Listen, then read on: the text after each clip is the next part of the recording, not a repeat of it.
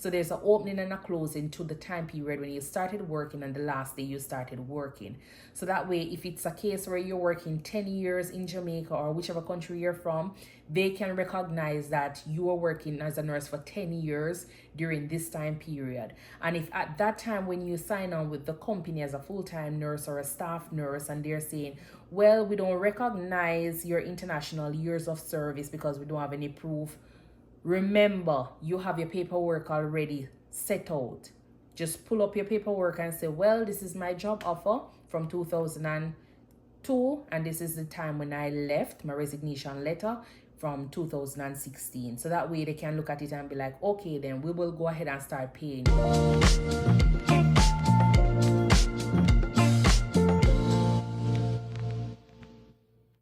Hi everyone, thank you so much for tuning in. Thank you so much for being a part of the ThinkNursing platform, and thank you so much for checking out this video. If you're new here, I would love for you to like, share, and subscribe to the channel and turn that notification bell on.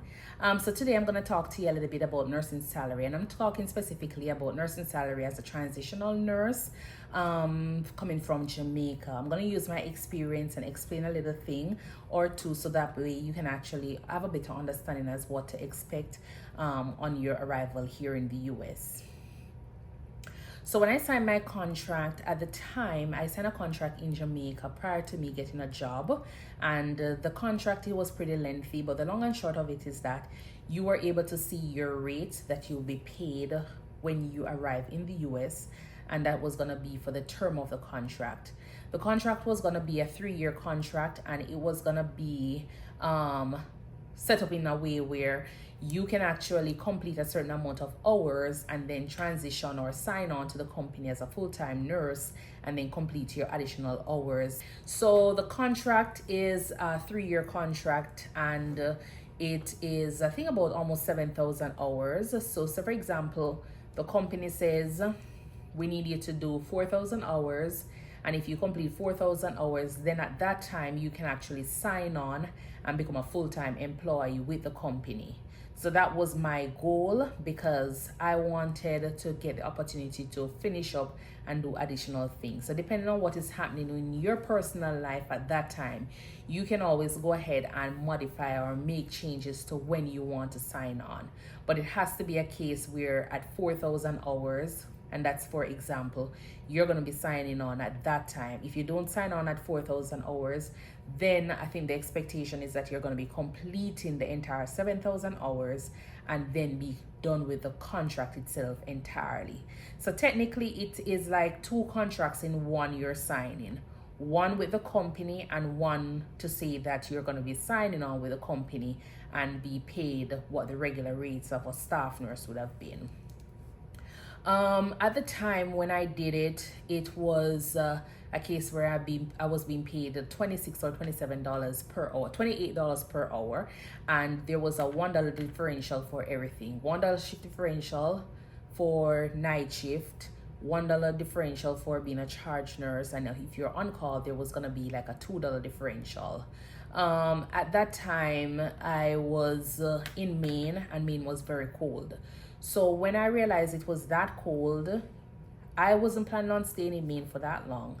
I wanted to get out at the earliest possible time. So my calendar on my phone is going to be my best friend, or has always been my best friend, because it was at that time I started planning on how I was going to complete my hours. So if it means that I'm going to be doing 5 days per week, 12 hours shift, it's going to be 60 hours per week, and 60 hours per week times 2 consistently. Sometimes it was going to be a case where I was working 48 hours, and that was only because I wanted to try and finish the contract in 1.5 years.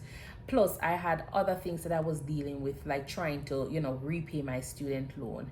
Yes, I know this topic is about the nursing salary, but I'm just explaining to you how I went about with trying to maximize on making more money despite being on the contract, or how I ensured that I wasn't wasting much time before I start making a little bit more money than what I had signed. $28, yes, it sounds a little bit less than average because you're looking at it to say, oh, I'm a registered nurse. How comes I'm actually being paid only $28 when you go on Google or when you check out, different rates in different states, nurses are being paid more than that. But for me, it was pretty realistic. It was a fair deal for me because I was looking at the fact that this company was dealing with my immigration paperwork, lawyer fees. They were dealing with, airplane fares when I needed to go and do my exam. They were sending like, books. They were purchasing like different materials to help with studying. They had a coach. There were so many things that they were providing that I know that definitely a lot of nurses, including myself, wouldn't have had access to or being able to do it in that short period of time in preparation to transition into the US. Or else a lot of us would be still back in Jamaica if we weren't using a recruiting company, because the process would have been so lengthy, trying to get us here if we never had somebody to guide us. So I was just looking at it to see it was a pretty much fair trade-off. And then the other part to it is that you have the option of working and completing your contract prior to the 3 years time. So you can actually work 4,000 hours, for example, out of the 7,000 hours. And at that time, you can sign on with the company, or you can just work and complete the entire 7,000 hours. So the contract was based on hours. It wasn't based on necessarily 3 years. You're stuck in the state for 3 years. And that was the other good thing about it. If you are a workaholic, or if you work good and if you decide that you have a mind set to complete this goal in this certain time period, then you have the option of doing so rather than sticking around in a state that probably is not conducive to you because of the weather pattern. Because Maine was very cold. It is very cold. And so if there wasn't anything else that was motivating me to finish my contract, that was it. If you get the option to go into one of those rural areas, take it, because those companies or those hospitals, they're always short staffed. They are always a short staff, and regardless of you being a transitional nurse, you being off your orientation, they're more willing to take you because you are a part of their team. So you will get access to those overtime shift. You will build on yourself at the same time. You will get to finish your contract in a timely manner because all of those overtime shift is gonna go towards your contract hours. So some persons, if you're in a warm place where the weather is more conducive to you, or even if it's cold and the weather is more conducive to you and you feel the need to pick up a shift at another hospital that is paying you more money than the contract shift that you're working at this current hospital based on your contract terms, then I would say if it's up to you and that is something that you look at, you can do it because you know what's best for you. So if you feel the need to hang out a little bit longer and spend 3 years, make some money and still do whatever you want in the meantime because you're okay with the state, that's the other option. But for me, it was more of, Maine is too cold. I cannot deal with it. I'm a Caribbean girl. I love the heat. And so I just needed to finish this contract just in time so I can actually leave. So I was just there trying to make sure that I work at least 60 hours per week or 48 hours per week. So that way I can always be marking off on my calendar this amount of hours. So if I can consistently work 60 hours, 60 hours, 60 hours, I'm constantly marking off that on my calendar. And that's why I'm looking at my contract hours going down. And to date, it was the other day I was looking on my phone and I went back all the way into 2016 and be looking at it 2017, 18, and realized that all the days that I had put in and said, okay, then these are the days I'm going to be working overtime. This is when I'm going to take vacation. They're still on my calendar. So if you are that motivated to do certain things and if you're organized enough and you have the drive and the willpower, just go ahead and use your calendar to say, okay, then this is how your contract is going to go. You are going to determine when you're going to be finishing your contract.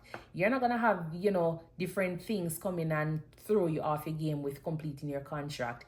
You have a time period that you're working with. This is what you're going to be doing and this is what is going to be happening. As long as the Lord doesn't do anything, before time, because everything is left in his hand. So I was there and that was just a situation for me. I was just working and trying to complete the hours because at the same time I had my student loan that I was trying to work towards. And as I say, I wanted to leave the state of Maine because it was just cold.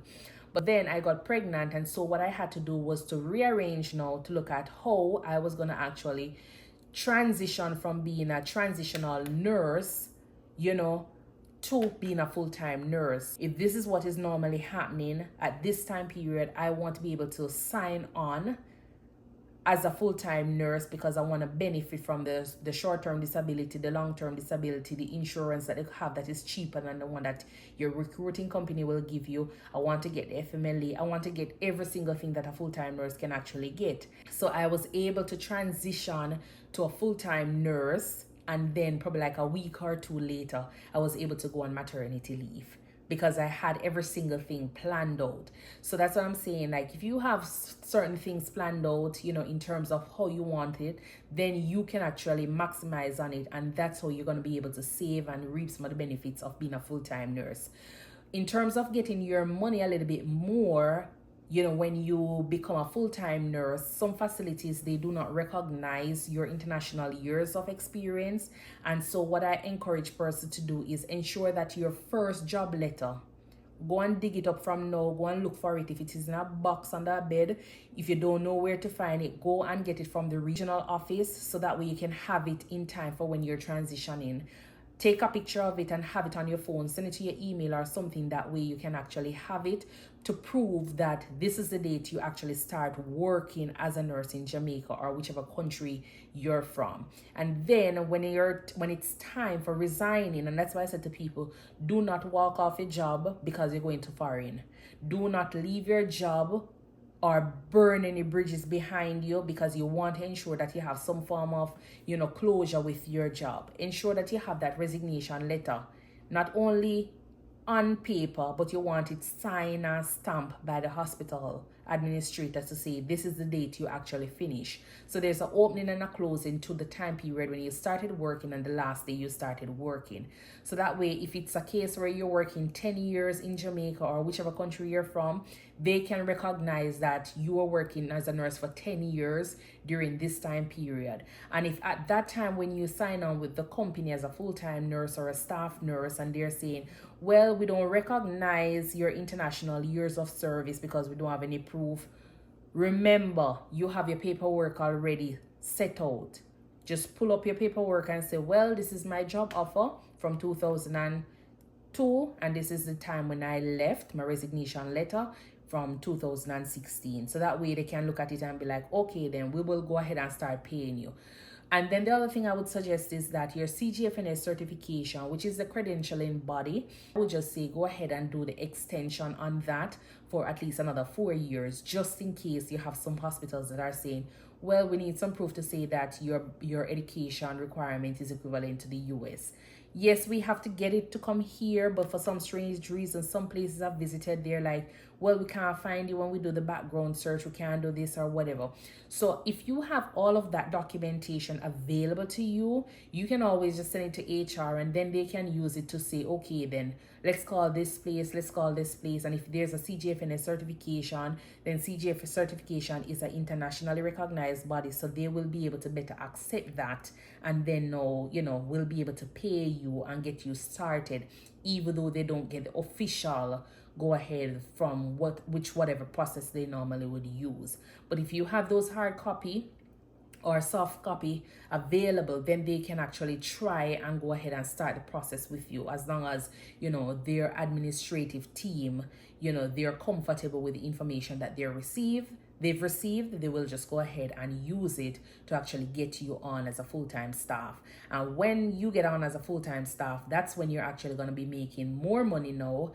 You're not going to be making just the $27 or the $28 that you had signed initially. So even though your contract is still 3 years and you're just 2 years in your contract, the mere fact because you already signed on as a full-time nurse, then you're going to be making, if it's $40 or $50 they're paying the nurses for the years of service in your company, then you will be start getting that $28 that you had initially signed with the recruiting company is no longer a part of it. But you have to remember that you have an agreement to complete the remainder of the hours. So if it means that you have 2,000 hours to complete under the company that you signed up as a full-time nurse, then you just have to go ahead and do that. And then if you decide that you want to leave the state or leave the company, you can leave and not have any of the two contracts hanging over your head. Nobody wants to be walking around or working, or when it's time to go and get my citizenship, will I be getting it? Because you know that the US embassy, they know everything already. Or you know that the citizenship folks, they know everything already. So when you go there, they probably ask you, when was the last time you traveled? They're already sitting down and looking at the information there. Or they want to know, so why did you leave your job? You know, so you don't want it to be a case you're there thinking that it's gonna be a situation where you're not gonna be getting your visa because you're thinking that you didn't leave on a good note with the company and the company is going to try and sabotage you. So I would just say, you know, leave on a good note with the companies that you're working with. Work and get your money, and then you can decide on going wherever you want to go afterwards. After arriving here, please do not go to the folks and ask them how much money they're working, because when you hear that you're working $28 and then you hear somebody making 40 something dollars, you're going to be depressed, you're going to be sad, and you're going to be upset with your company. But you really can't be upset with the company because you already signed a 11-page or a 13-page contract that already explain everything. You just have to work your hours and take the loss.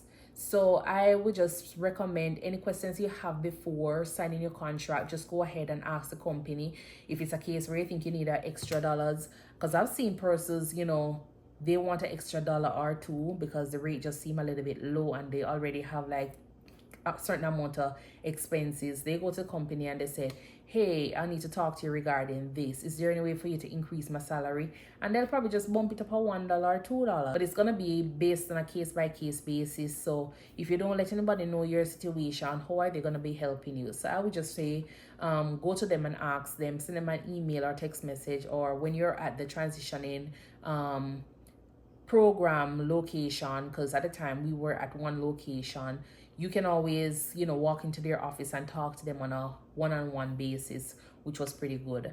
So you can always go to them and talk to them regarding any issues you have regarding your salary, and then they will try to adjust it as best as possible. Another thing is that the salary that you'll be paid is not going to be like the bare minimum or the minimum wage. It's going to be whatever the nurses are being paid in the state that you'll be working. And in terms of like, you know, a new grad, that's the rate that you'll be paid at, something similar to that rate. So you won't be paid at like a higher rate than what they're getting. So just because the company wants to ensure that they get back all of their money that they spend on you. Remember, they spend a lot of time, you know, they spent a lot of money with filing, lawyer fees, you know, travel fees, books, and just coaching. So you want to ensure that, you know, you're comfortable and understand that yes, it's only for a short period of time, but eventually once you're finished with this initial phase, you have how many years ahead of you. So just work with it for the little time period. Don't let it be a case where you're going to turn down the opportunity, especially if it's a case where you're in a country where you have your student loan or you have other expenses there and you're looking at it to say, but this is not going to work out. It will work out because, as I said, they're going to be overtime shift. The biggest thing for me was that I was working in a country area. I was working in a rural area and there were shifts available. So if you want to maximize on that kind of opportunity, just request that you go to one of those locations and you just put in the hours to try and finish your contract. But not only finish your contract, but you're making more money to try and meet some of your bills in your country. All right, so if you have any questions, you know, or concerns, or if you have anything to share, please feel free to leave them below. And please remember to like, share, subscribe to the channel for more. If I tell you, this is the second video I'm doing. The first video, I did it for about 20 minutes. And when I get up to look at the camera, nothing was recorded.